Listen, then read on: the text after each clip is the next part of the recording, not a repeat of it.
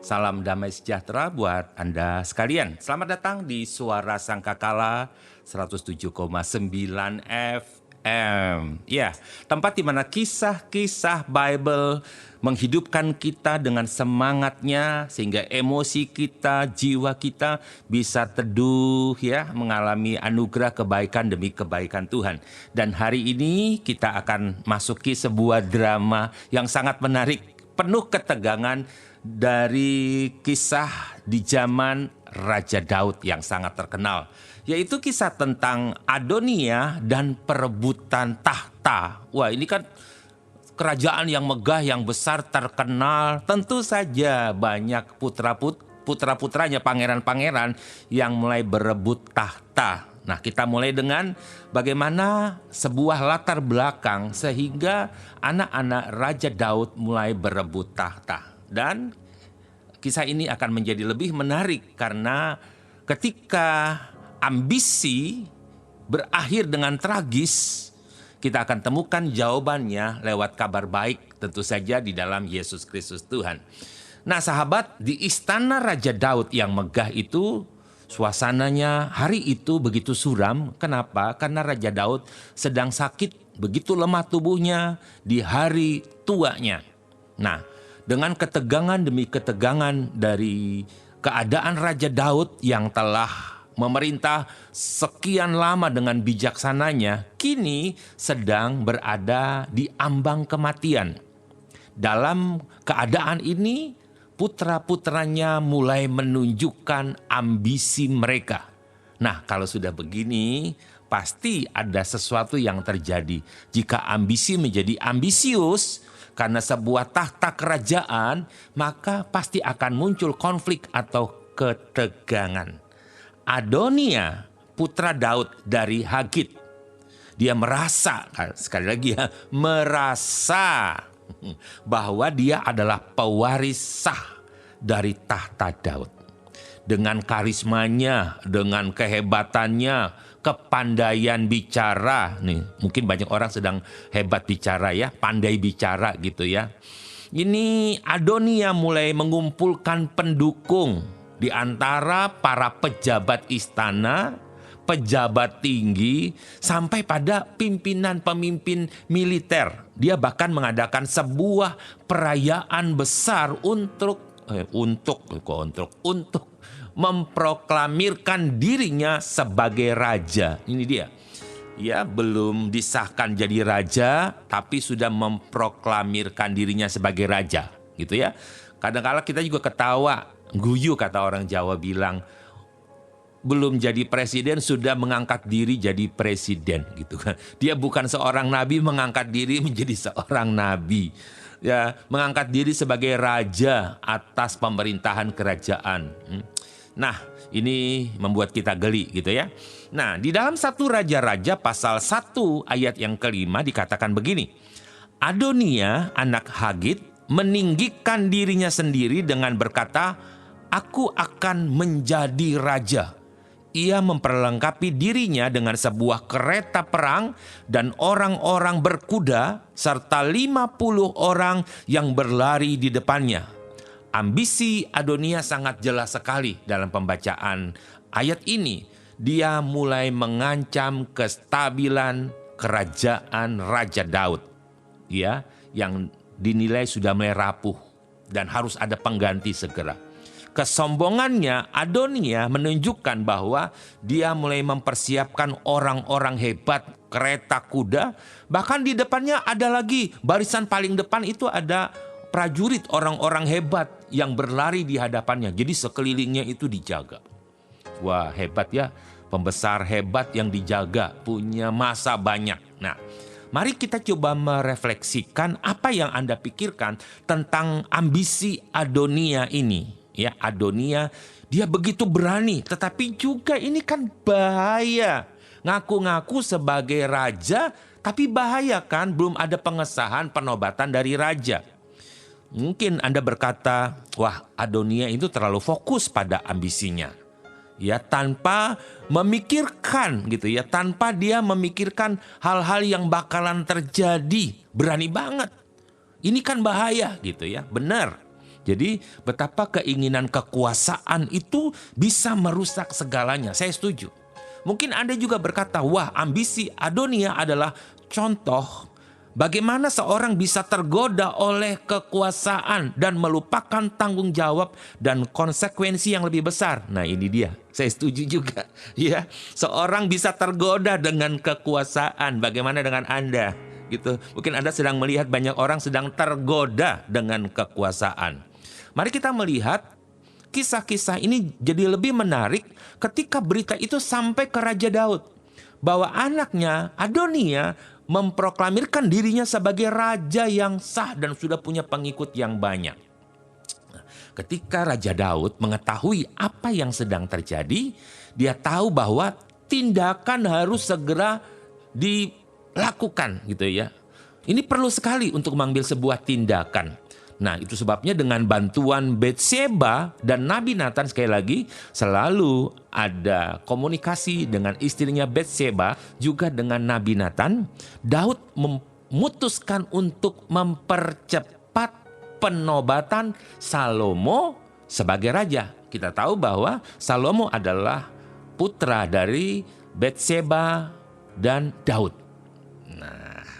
Kita coba baca ya di 1 Raja-Raja 1 ayat 38 dan 39. Kemudian keluarlah Imam Sadok, Nabi Nathan dan Benaya anak Yoyada, ya. Mereka bersama orang Kreti dan orang Pleti, mereka menaikkan Salomo menunggang Bagal Raja Daud dan membawanya ke Gihon. Lalu Imam Sadok mengambil tanduk berisi minyak dari dalam kemah dan mengurapi Salomo. Kemudian mereka meniupkan sangkakala dan seluruh rakyat berseru, hidup Raja Salomo. Wah, ini sebuah tindakan cepat yang harus diambil oleh Raja Daud dengan nasihat dari orang-orang yang bisa dipercaya.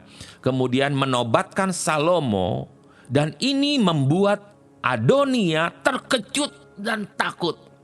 Dalam keadaan terdesak, Adonia melarikan diri ke mezbah Tuhan. Dia berharap Tuhan melindungi dia dari kemarahan Salomo. Jadi semakin tegang ini ya konflik ini. Perebutan kekuasaan, ambisi, mulai ribut antar saudara gitu ya, ribut antar saudara. Nggak tahu juga ya kenapa Adonia berpikir begitu dan mengambil keputusan itu. Apa kurang gitu ya. Tapi memang kekuasaan itu membuat kita lupa. Kekuasaan membuat kita buta. Kekuasaan membuat kita tidak bijaksana. Wah, yang dikejar kekuasaan. Gua bakalan jadi ini, gua bakalan hebat. Punya banyak pendukung dan lain sebagainya.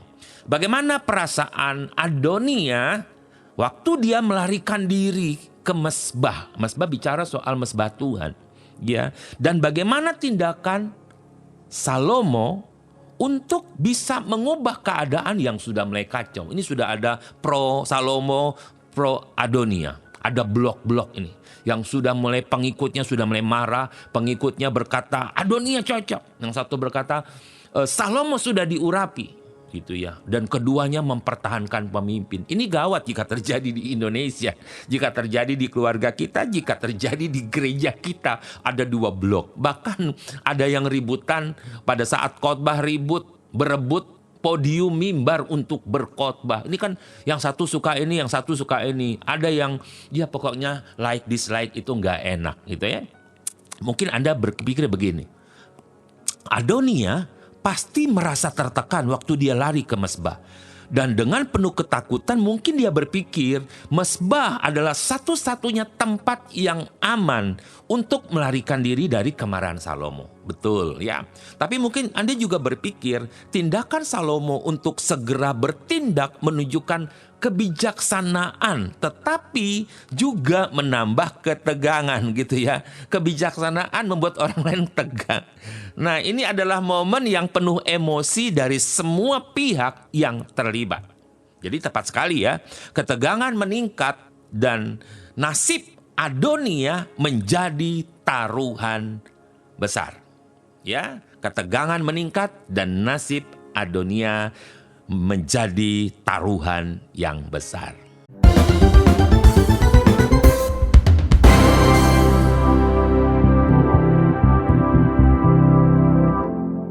Nama Salomo berasal dari bahasa Ibrani, Shlomo, yang berarti damai atau kedamaian.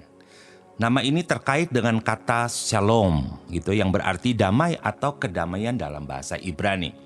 Salomo dikenal sebagai raja yang memerintah dengan kebijaksanaan dan damai.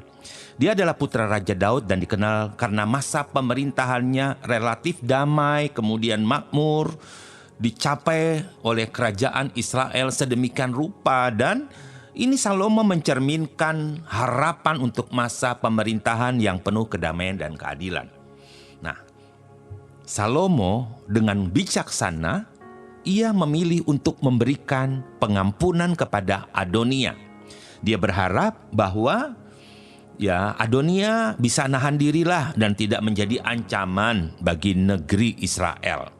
Jika kita baca dalam 1 Raja-Raja 1 ayat 52 dikatakan begini. Jadi Salomo bilang, jika Adonia membuktikan dirinya pantas, maka tidak ada sehelai rambut pun dari kepalanya yang akan jatuh ke bumi. Tetapi jika ditemukan niat jahat dalam dirinya, maka ia harus mati. Waduh, ancamannya.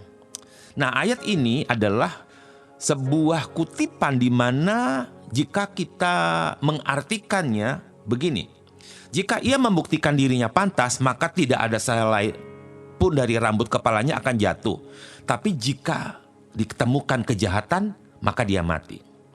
Jika ia membuktikan dirinya pantas, bahwa dia layak, dia tidak bersalah, gitu ya, maka tidak ada sehelai rambut pun yang jatuh, tidak ada hukuman. Ini adalah ungkapan metaforis, gitu ya. Berarti tidak ada bahayanya, tidak ada apa-apa nih jika ia baik-baik saja dan tidak jahat. Tapi jika ditemukan dia itu jahat di dalam dirinya, maka orang tersebut punya rencana niat jahat. Berarti harus mati. Gitulah bahasa sehari-hari kita. Jadi jika terbukti bersalah, konsekuensinya adalah hukuman mati. Wah, ini ambisi yang menjadi bencana dong, gitu ya. Namun kita membaca kisah ini, Adonia gagal memanfaatkan kesempatan ini dan ia kembali menunjukkan ambisinya yang sangat membahayakan dirinya. Dia minta kepada Salomo begini, kalau gitu saudaraku Salomo, saya akan menikah dengan Abisak, seorang wanita yang melayani Raja Daud, yang dianggap, wah, ini berarti kan menurut Salomo ini sudah provokatif, ya, dikasih hati njaluk rempela sekalian, gitu ya. Nah, kemudian kita melihat bagaimana akhirnya Salomo mengambil tindakan tegas di pasal 2 ayat 13 sampai 19, dan itu dilakukan kepada Adonia yang akhirnya mengakibatkan kematian Adonia sebagai konsekuensi kegagalannya memanfaatkan kesempatan kedua. Wah, ada kesempatan pertama, sudah oke, ada pengampunan, pilihan. Tetapi kesempatan kedua itu tidak diambil dengan baik. Nah, apa pelajaran yang dapat kita ambil dari keputusan Salomo dan akhir tragis dari kehidupan Adonia? Nah, bagaimana dengan saudara memahami kisah di balik dua bersaudara ini? Mungkin Anda berkata, ya, ini pelajaran utama pentingnya kebijaksanaan dan pengampunan, tetapi juga tanggung jawab dalam mengatasi ancaman. Kisah ini mengajarkan bahwa kesempatan kedua harus dimanfaatkan dengan sebaiknya. Setuju jika Anda berpikir seperti itu. Mungkin ada yang berpikir begini, ini menunjukkan bahwa tindakan kita dapat mempengaruhi masa depan kita dan orang lain. Tindakan bijaksana tentang pengampunan sangat penting dalam menghadapi dan mengakhiri konflik. Ini pun saya setuju, oke banget. Semua tepat, ya, jika saudara berpikir seperti itu. Benar, kisah ini mengajarkan kepada kita bagaimana kita mengambil keputusan yang tepat juga tentang pengampunan dan tanggung jawab. Ya, kita harus bertanggung jawab dong dari apa yang kita sudah putuskan, pilih, dan lakukan. Tapi kita juga harus mengambil kesempatan kedua jika ada pengampunan untuk kita bertobat dan tidak memilih niat jahat seperti itu.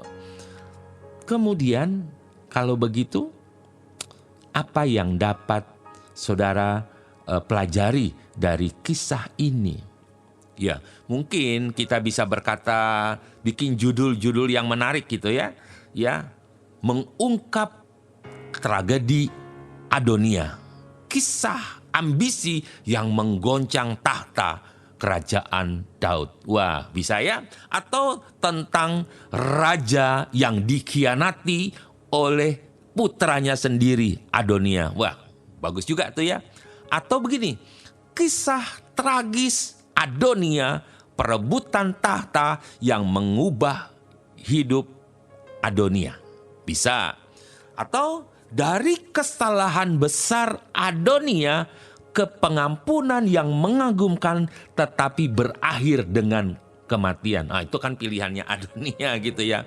Bagaimana ambisi Adonia menjadi bencana dalam hidupnya. Ya, ini berbagai pelajaran yang dapat kita simpulkan dengan judul-judul yang menarik seperti itu. Atau Adonia melawan Salomo, yang menang Salomo. Wah, keren juga ya.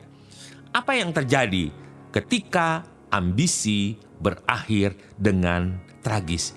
Temukan jawabannya di dalam podcast ini. Nah, keren ya. Ini tragedi demi tragedi. Nah, jadi konsep-konsep ambisi menjadi ambisius, keputusan yang salah dan lain sebagainya, itu menjadi kisah yang menjadi pelajaran buat kita.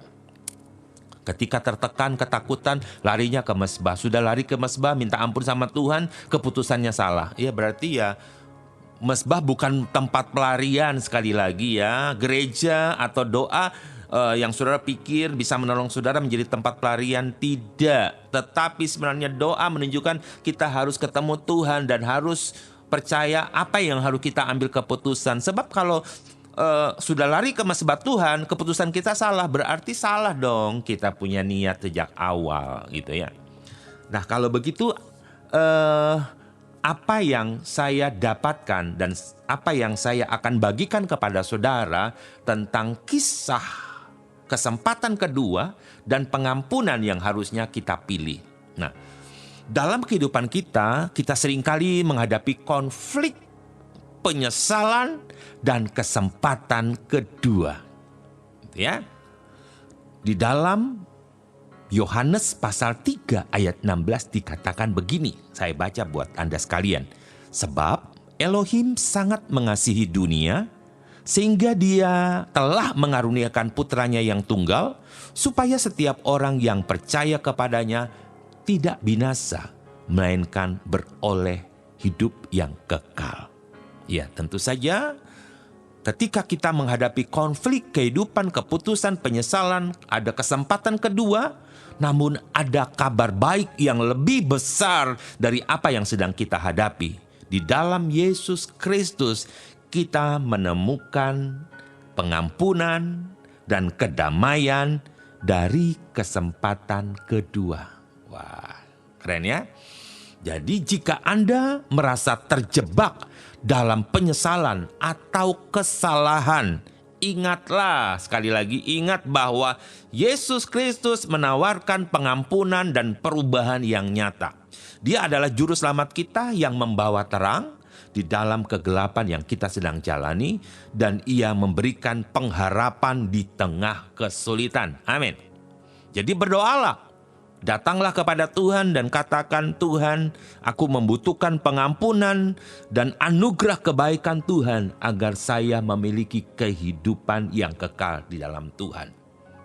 Ini penting buat kita lakukan sekarang ini. Jika saudara sedang menyaksikan program ini dan mendengarkan program ini, pilihlah sesuatu yang dari Yesus. Ada sebuah tawaran sebelum kita mengalami penyesalan demi penyesalan. Ya, terima kasih telah mendengarkan program Suara Sangkakala, obras dari obrolan santai kita. Semoga kisah Adonia dan berita baik tentang Yesus Kristus Tuhan akan membuat Anda lebih nyaman, damai sejahtera dalam perlindungan Tuhan. Sampai jumpa di episode berikutnya. Tuhan Yesus memberkati. Amin.